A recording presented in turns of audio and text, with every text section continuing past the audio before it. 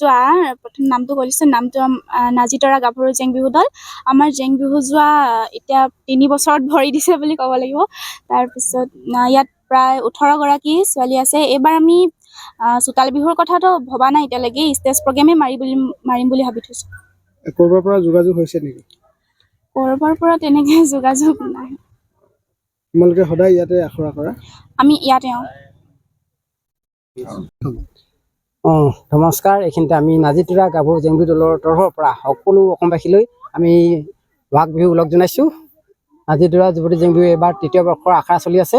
যোৱা 2 বছৰ আমি সুন্দৰ ফলাফল পালোঁ। আমি এবাৰ আৰু আশা কৰিছোঁ এবাৰ আৰু সুন্দৰ হওক বিহু যোৱা। এতিয়ালৈকে ক'ৰবাত প্ৰগ্ৰেম হৈছে নেকি? প্ৰগ্ৰেম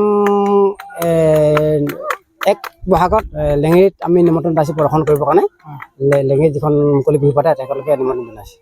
আমাৰ কেনেকুৱা ধৰণৰ চোতাল প্ৰগ্ৰেম কৰিব নে ষ্টেজ প্ৰগ্ৰেম কৰিব? আমিতো যোৱা 2 বছৰ ষ্টেজে কৰিলোঁ, এবছৰ ষ্টেজ কৰিম বুলি ভাবিছোঁ। আমি বিহু মঞ্চৰ বিভিন্ন বিহু সমিতিক এইখিনিতে আমি অনুৰোধ জনাইছোঁ, তেখেতলোকে বিহু সমিতি গুৱাহাটী যেন আমাক দিয়ে। গাঁৱৰ উঠি অহা ল'ৰা ছোৱালীবিলাকক লৈয়ে কৰা হৈছে? আমাৰ চব ওচৰ চুবুৰীয়া গাঁও হয়।